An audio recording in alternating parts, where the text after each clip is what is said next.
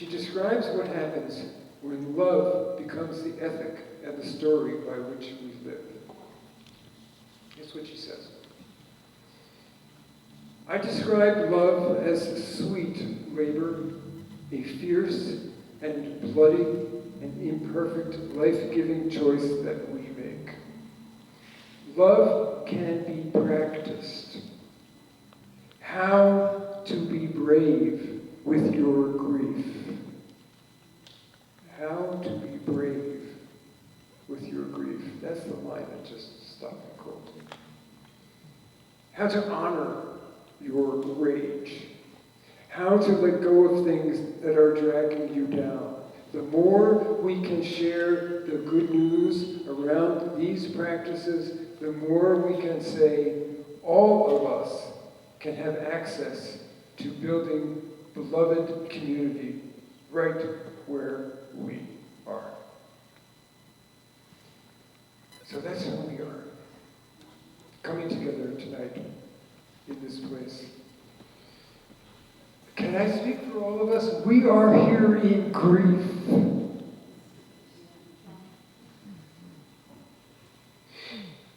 Grief for the dispossessed and suffering Palestinians who refused to be erased. We are in grief for our own country, struggling not to succumb to the toxic power of our own settler colonial DNA. Now that it is out in the open, can we, as a nation, come to a full realization of the damage done, the damage being done, and the damage yet to be done? Because that's our only hope. As it is my hope for my people, the Jewish people, to realize the damage we have done, the damage being done, and the dire peril we are in. Because that's our only hope. I am in deep grief for my people, for the tradition and the liturgy that I grew up in, that I was steeped in, that I love, and that lives and breathes deep inside me, for our sad and beautiful history. My grandfather was born in Ottoman Palestine, the 5th generation of an Ashkenazi Jewish family descended from one of the great lines of rabbis and scholars from Central Europe. If you want to look at Jewish blue blood, let's look at Jewish blue blood. They emigrated to Palestine in the early 19th century to print holy books, to live near the holy places, and to do good works. Started in Safed, then went to Hebron, ended up in Jerusalem after the troubles in Hebron. My grandfather immigrated here as a young man. My mother was born here, so I'm a second generation. I'm American. I was born in 1948, about a month before the declaration of the State of Israel. And I was told that I had been blessed to have been born at a time when my people had been redeemed from 2,000 years of persecution and slaughter and marginalization. And we prayed in synagogue three times a day, a prayer for the state of Israel, not Zion, not Jerusalem, not some spiritual idea, but the state of Jerusalem, the first flowering of our redemption. We had been redeemed, and I bought it.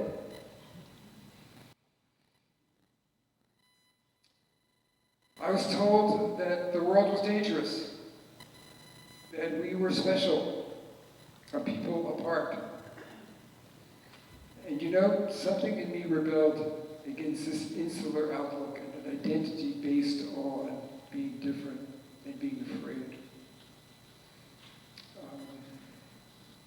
I was taught that besides you all, the Goyim, the nations, in Yiddish, Goyim has a slightly different valence than talking about just those Gentile nations. But that there were two people in particular that I had to fear and hate. One was the German people who, because of what they had just done to us, and one was the Arabs, as we called them, because of what they would do to us if we did not have the state of Israel. So fast forward, in what I then considered middle age, I was in my late 50s. Notice how middle age keeps getting older and older. It was 2006. I was closing in on 60. I went with the Fellowship of Reconciliation to meet this reported enemy. It was the grace of God. You must go there and meet these people. Meet these Palestinians. And I did. And you know what happens when you do that, those of you who have done that. You get converted and you fall in love and everything changes. So, I met them. I won't tell more of the story because we're going to get on with things. Most of you have heard it. And most of you have had some of the same story with different kinds of baggage than I had. But I remember saying to myself, looking at the two sets of license plates and the two sets of roads and the checkpoints and the difference between West Jerusalem and East Jerusalem, feeling myself torn apart and wondering what was going on, I realized that this was a done deal. That we had ethnic cleansing, that we had apartheid. It was done. This was 20 years ago. And I knew that the romantic narrative, the romantic narrative that I had been taught had left out a whole other narrative, which is the story of what it had cost the people before we had gotten there. And I realized when I came back to tell the story to my own people, which not to put too sharp a point on it, but the synagogue did not exactly fling open their doors to me. But I realized that our story today was not what I had been taught, which was what had been done to us. Our story, the Jewish people, today, is the story of what we are doing to other people. And this is the story that most Jews still will not accept. And those Christian Zionists also don't want to accept it for different reasons, but in fact, I think it's kind of the same reason. We'll get to talk more about Christian Zionism.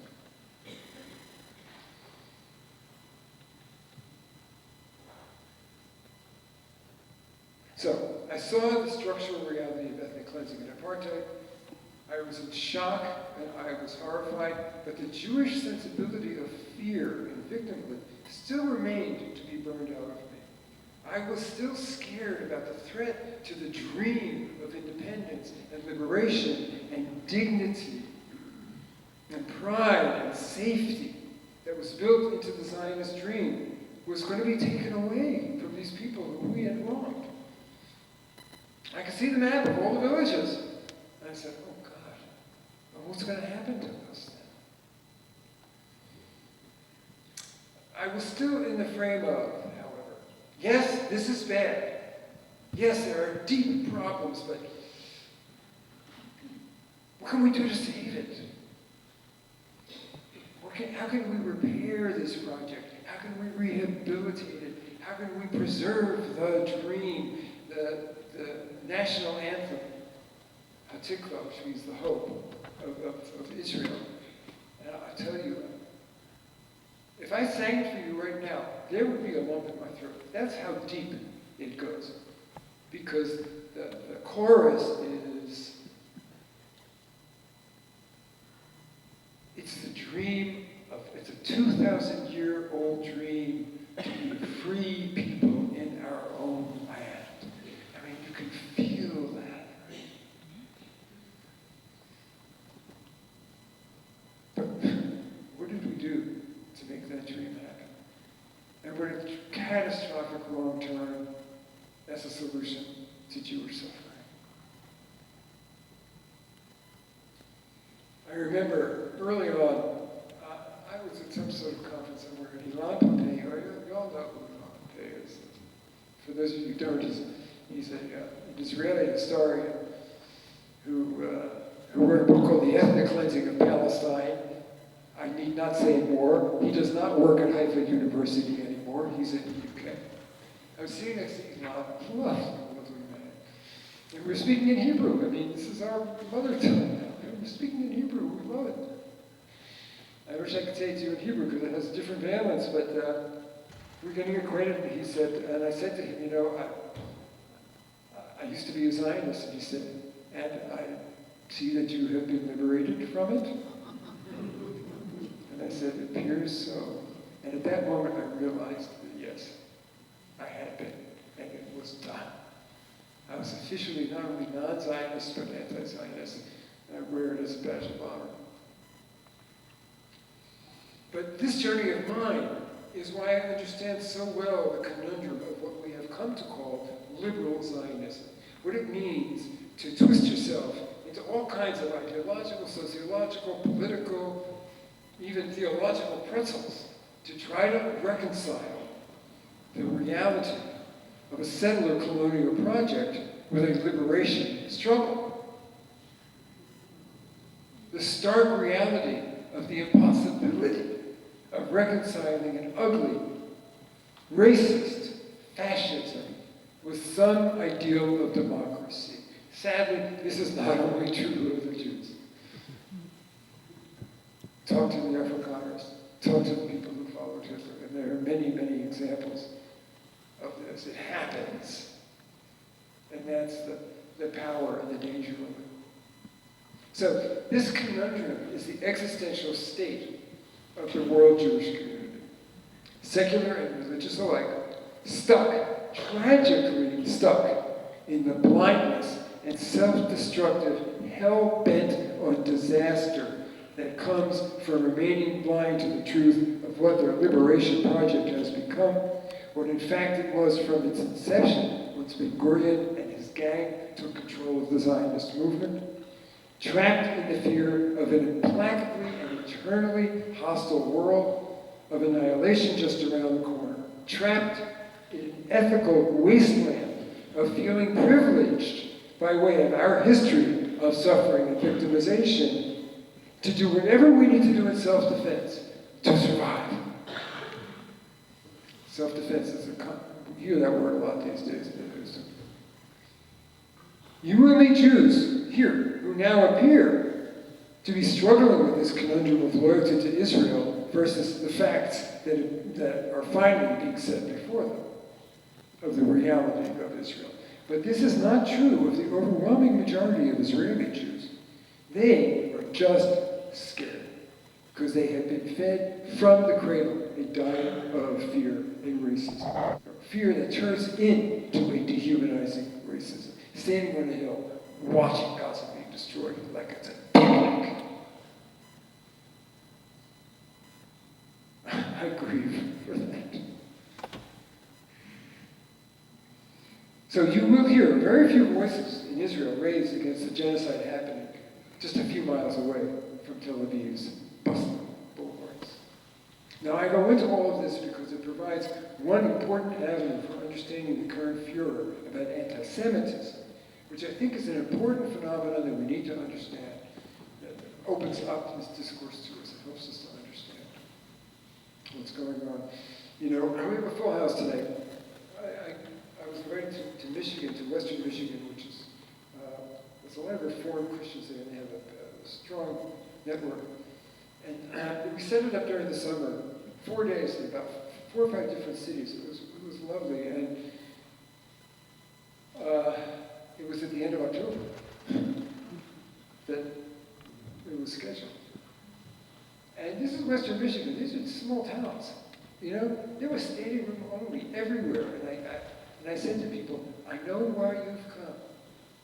I know you're looking for answers, and I know maybe you're looking for comfort. I can give you neither. What I can try to do is give you some understanding about what is going on. And so I talked about what is the context for October 7th. Let's look at that. Just again, shorthand, but it does the job. Ilan Pape gave a talk somewhere early in October after the 7th. So I think it was in Berkeley. And he said, you cannot understand October 7th without understanding the context in which it happened. You can't see it as a war. You can't see it as terrorists attacking innocent people. I mean, you have to understand the context.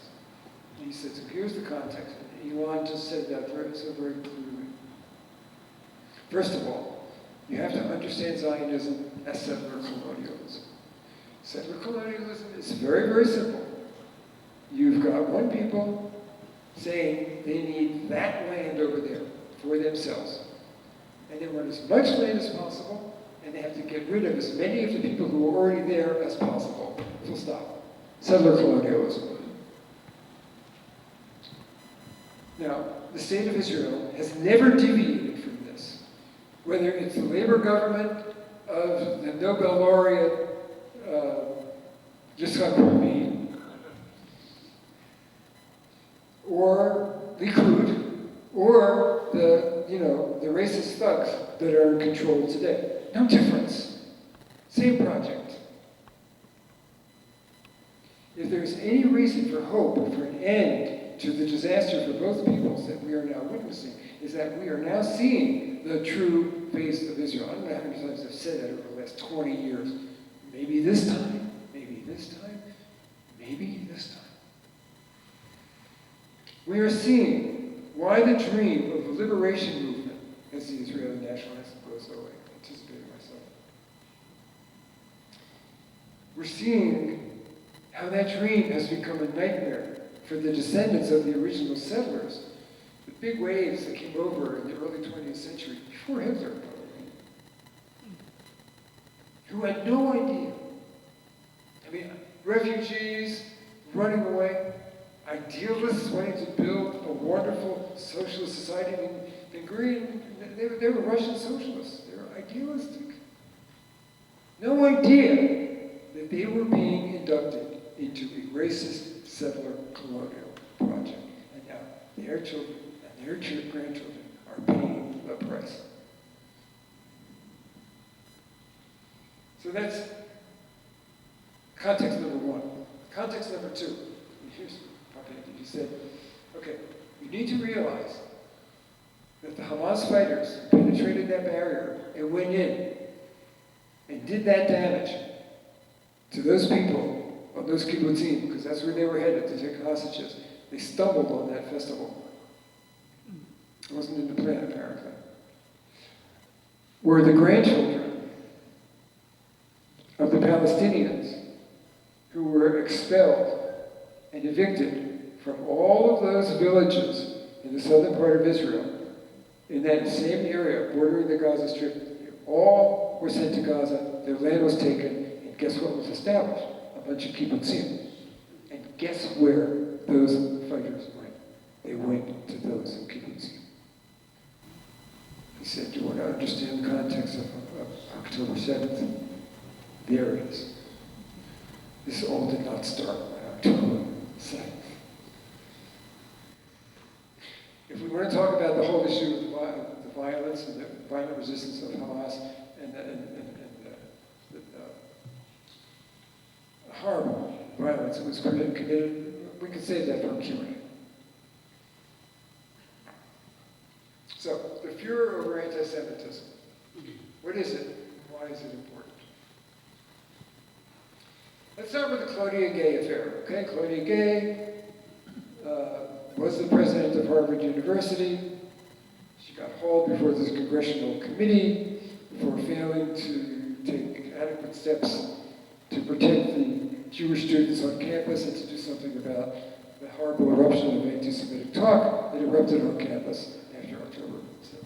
Okay? So after her resignation in January, Gay writes an op-ed for the New York Times, maybe some of you saw it, entitled, "What Just Happened at Harvard is Bigger Than Me." So full disclosure, this is a letter that I wrote to the New York Times that they didn't publish, mostly. Okay, so I get to spin it out. Okay, so she's right that what happened is bigger than Harvard, but she gets it all wrong. Okay? Despite the claim made in the title, Gay keeps the attention on herself. She expresses the hope that by, quote, stepping down, she will, quote, deny the demagogues the opportunity to further weaponize my presidency in their campaign to undermine the ideals animating Harvard since its founding: excellent openness, independence, truth, blah, blah, blah. But the, quote, truth that is undermined here is the elephant in the room. The weaponization, not of her presidency, but of anti-Semitism. Gay is careful to make all the right moves and say all the right words condemning Jew hatred, right? But she fails to name what it is that really brought her down. The cynical conflation of outrage at Israel's genocidal actions with actual anti-Semitism.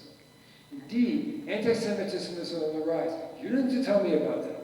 I'm scared of it. It's on the rise for all kinds of reasons in this country and elsewhere. And it's part of what's going on in our world at large. Okay? But with very few exceptions, anti-Semitism has nothing to do with the legitimate pain and outrage expressed by an increasing number of Jews in this country, and non-Jews.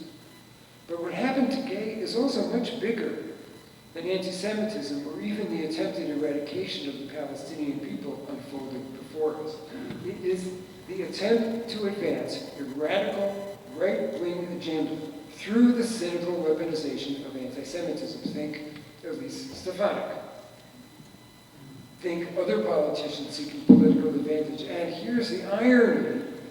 By leaders of mainstream Jewish institutions still tragically bent on defending the indefensible and seeking to shut down any attempt to challenge the truth of what Israel is doing and the disaster that it's bringing down upon itself.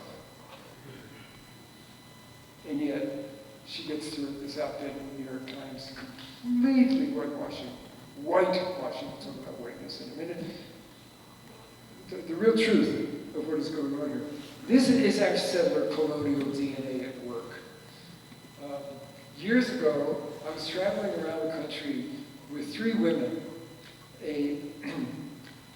two Palestinians, one Muslim, one Christian, and an Israeli Jew. And we were giving talks at churches and other places in the days where we wanted to show that everybody could sort of work together. And we gave a talk in New York City at the Harvard Club. I don't know if any of you have ever been to the Harvard Club in New York City. It's exactly what you think. It's all these big paneled rooms, and we walked into one of them. And on the wall are big portraits of all of the Republican presidents. Every president of the United States. And I think a couple of other white old guy notables. Right? And Rada, trip of a woman. She's a Muslim from Gaza. She looked at me, and I'll translate for those of you who need this. She said, she looked at all the portraits on the wall. She said, "Are these your shadim? Are these your martyrs? You've seen in Palestine the placards of the martyrs, those who lived in. Are these your martyrs?" She had a great sense of humor. But boy, was she making a point. She was saying, these are the people who you idolize. These are the people who represent the real spirit of your country. And they're all white, and they're all men, and they're all wealthy. These are your martyrs as opposed to our martyrs. I'm not quite sure why I put in my notes. Tell that story here. You figure it out. We need to go back to the 1970s when the new anti-Semitism was coined by neocons, mostly Jewish, to preserve the ideological alliance, the wedding of Israel with the U.S., to protect, to oppose the threat to the white American patriarchy that was presented by left-wing progressives. This is the 70s. And all of a sudden, there's all this left-wing stuff happening. And the Jewish neocons, the big neocons, they're all Jews. And they grab onto Zionism as a way to defend this threat to their patriarchal deal. And they said, if you don't support Israel, you're an anti-Semite, which means you're canceled. That's the first time that we saw this happening. And it's a big gun. And it's a big gun that's being brought back now. Any challenge to Zionism was seen as a threat to the neoconservative or the neoliberal agenda. It's very, very true today. That's what we're seeing now with the cynical weaponization of anti-Semitism by white supremacists by many names. Unpack Palestine, and you confront the most urgent issues of our times, and our own society is exploding with Standing Rock, Black Lives Matter, Me Too, the list goes on. Unpack the so-called Israel-Palestine conflict as the resistance of a colonized people and the ferocious response of the colonizer, and you expose the white plutocratic patriarchy that, unrestrained today, is increasing income inequality, trading on racism, and through unrestrained growth and extraction of natural resources is bringing about the sixth extinction.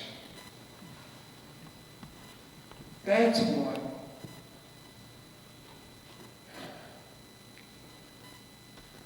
this orgy of weaponizing anti-Semitism and defending Israel and Zionism is so important because it's much bigger than Palestine. And that's what explains what our government is doing with it. So what is happening to Palestinians has been happening not only since 1948 with the creation of Israel, but as Rashid Khalidi points out in his recent The 100 Years War in Palestine, I recommend it, has been done to Palestinians since the end of World War I. Then, the victorious powers occupied with dividing up the spoils of the pre-war colonial possessions of the vanquished powers were faced with what to do about Palestine while both appeasing the Arabs and the nation's Zionist movement at the same time. What Khalidi charts is the systematic thwarting of the nascent Zionist movement. Thwarting of Palestinian national aspirations that has continued right up to the present, including the so-called, quote, peace process in Madrid and Oslo.